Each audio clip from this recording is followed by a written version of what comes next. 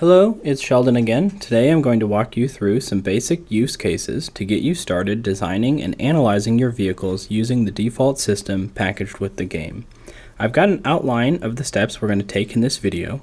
First, I'm going to walk you through how to load up the default design and analysis system for the basic default glider. Then I'm going to show you how you can view your vehicle and modify some of its design parameters. Then I'll show you how you can save your changes. At that point, I'll talk a little bit about how you can analyze your glider's performance by walking through two use cases using plots and the game's built-in black box recorder for flight test data.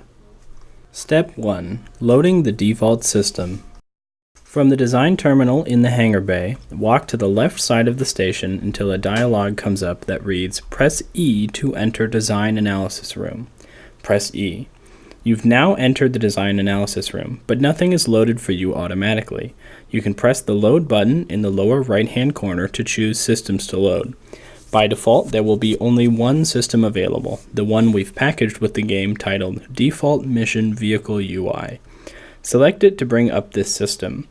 Now in the main work area, we can see a flowchart that represents your vehicle geometry and analysis system.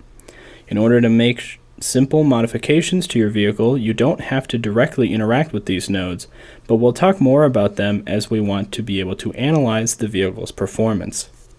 Step 2. Viewing your vehicle and modifying parameters. To view your vehicle, minimize the flowchart work pane using the button in the upper right. You can use the scroll wheel to zoom in and out, left-click to drag the vehicle model, and right-click to rotate the camera. You can reset the camera to the original view using the Reset Camera button. Let's look at some parameters we can modify. On the right side of your screen, select the Inputs tab.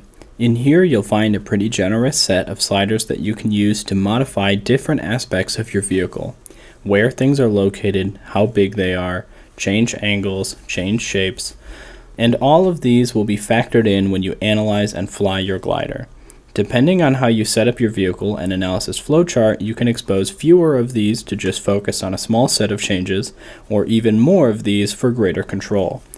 We'll talk more about exposing parameters when we learn to create vehicles and analysis files from scratch in another video. To start off, let's consider modifying the wing. Unfortunately, we don't have a great way of organizing and rearranging all of these sliders right now, but if you look around, you'll find 7 parameters you can adjust for the wing. The wing's axial location, its dihedral, its root twist angle, its chord ratio, root chord, vertical location, and length. Next, let's look at the tail. The tail is broken up into 2 pieces, the vertical stabilizer and the horizontal stabilizer. Both of them have 4 sliders you can adjust: axial location, chord ratio, root chord, and length. The horizontal stabilizer has an additional parameter near the top that adjusts its twist angle. You'll notice that this box doesn't have a slider, but you can enter in new values between -pi and pi to rotate it to your desired position. Just remember to hit the Set button to apply this new value. If you're unsure if you've set a parameter like this properly, compare the value you've entered in the box to the current value displayed on the left. If they're not the same, you need to hit Set. To keep the glider balanced, it has a ballast. The glider's ballast has 3 parameters you can adjust: its mass, its axial position, and its vertical position.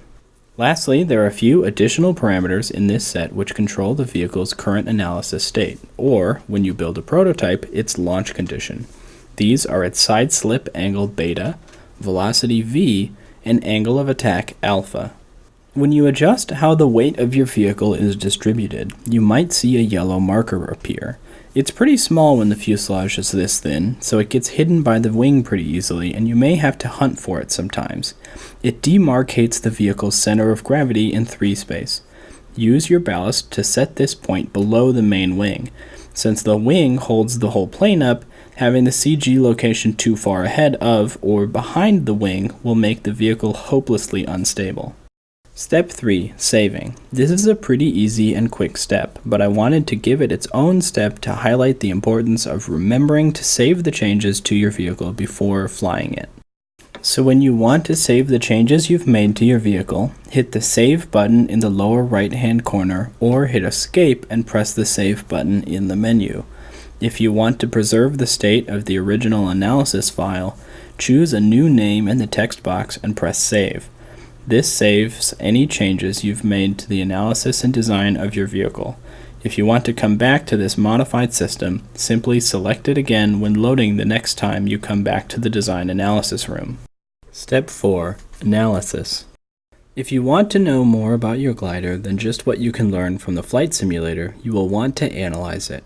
You can perform some simple analysis by looking at some performance numbers in the Results tab.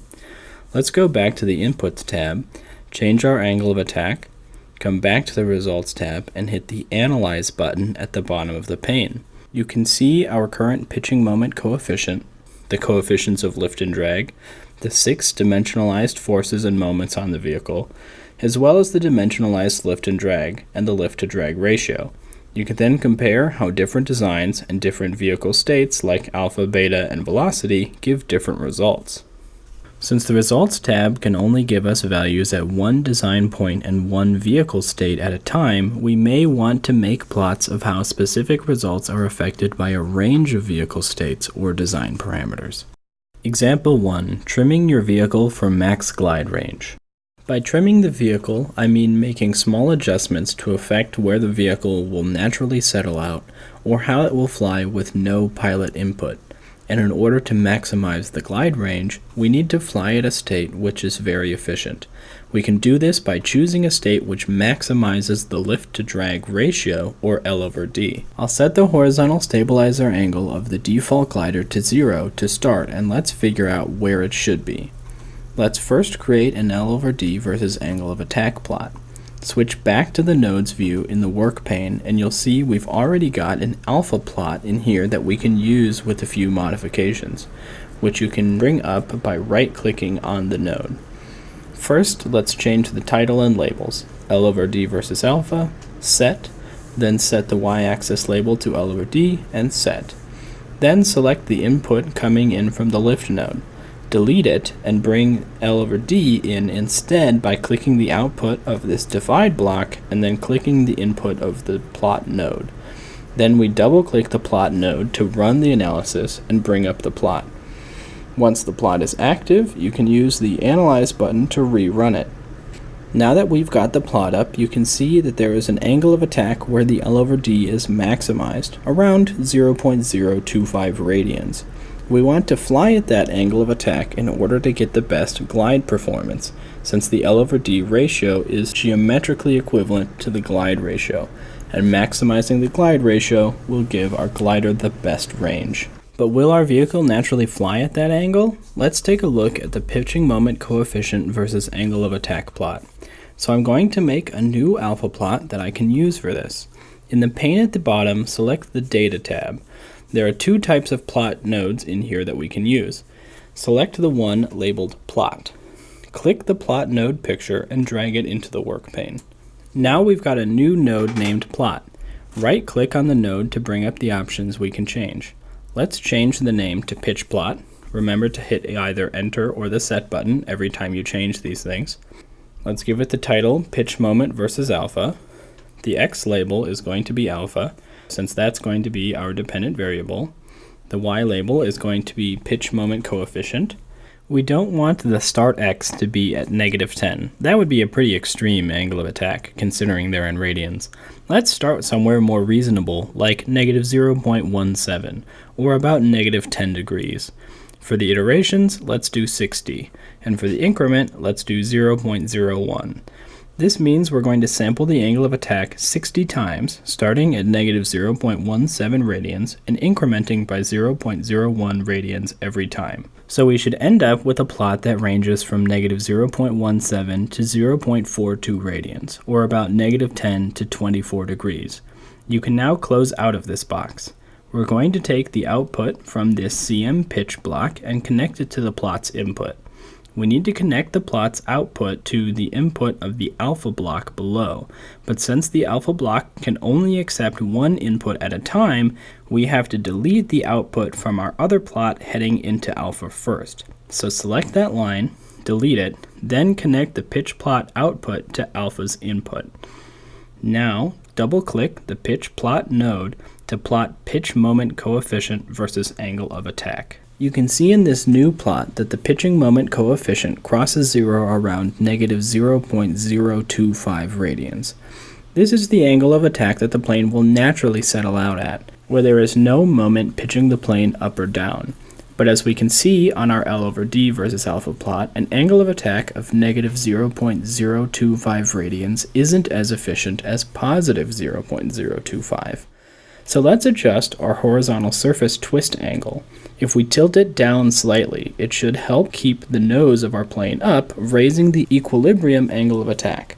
I'm going to set it back to negative 0.037 radians, and let's see what happens. Now, reconnect the L over D versus alpha plot to the alpha node by deleting the other connection to alpha and clicking the alpha plot's output, and then clicking alpha's input. Then, double-click the alpha plot or hit the Analyze button. You can see we have a new curve of L over D versus alpha. Tilting the horizontal stabilizer down reduces our maximum lift, so you can see our peak has gone down a little bit, but this still might be a better configuration if our equilibrium angle of attack is more optimal. Let's check our pitch moment plot. Disconnect the output from the alpha plot and connect the output from the pitch plot and double-click the node or hit Analyze.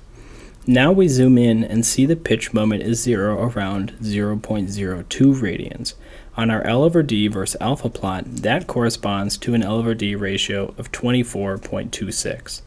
Looking at the old curve, around negative 0.025 radians, we would have gotten an L over D ratio between 23.06 and 21.67, which isn't as good as the 24 we're getting now. So by adjusting the horizontal stabilizer angle, we've gotten our plane to settle out at a more efficient angle of attack, giving us better glide performance. I got to the negative 0.037 radians for the horizontal stabilizer angle this glider has by default by iterating on these two plots, and perhaps a little bit more iteration could lead to a slightly better value. If you change other vehicle parameters, however, particularly regarding the size of the horizontal stabilizer, you may want to repeat this process to get a better angle that works for that configuration. Being able to use the plots instead of relying solely on flight test data can help you perform trade-off studies like this one much more quickly. Example 2. Using the black box recorder to analyze flight test data. On the topic of flight test data, let's look at how we can observe some of that. With the magic of video editing, I've just made a test flight and returned to the design analysis room. I've reloaded my system and I'll scroll to the bottom so I've got some room to work. Again, we're going to select the Data tab at the bottom. This time, let's drag in two nodes. First, the one labeled black box, and then the one labeled XY plot. The black box is our flight data recording node, and the XY plot allows plotting of X and Y data independently. The other plot we were using chose the independent variable and iterated through it while receiving some result calculated using that independent variable. The XY plot accepts both X and Y data from another source, like the black box, while iterating through an index of what data to grab from the black box's internal data tables. Anyway, let's take a look at a plot of angle of attack versus time from my flight. First, let's set up my XY plot. Right-click the XY plot node to bring up the options. This is the same as with the previous plot we used. Let's name it alpha versus time. We'll set the title to the same thing, alpha versus time. We'll set our x-axis label to time and our y-axis label to alpha. We can leave the start x at 0 and the increment to 1, since these just control which table indices to pull from. Then let's do 100 iterations. The black box recorder gathers data points every half second, so 100 iterations, starting at 0, will give us the first 50 seconds of our flight time. If you want to look at a different window of data, say from 1 minute and 30 seconds to 2 minutes, you would set the start x value to 180 and the iteration count to 60. Now we can close out of this window and hook up our nodes. First, click on the leftmost output of the black box, Settable Output 0. When you click, a box comes up showing you which data channels you can select from. Let's grab time at the top. Now connect this to the leftmost input of our alpha versus time plot, labeled scalar x. This sets time to be plotted on the x-axis. Then click the second output of the black box and select alpha. Put this into our rightmost alpha versus time input labeled scalar y.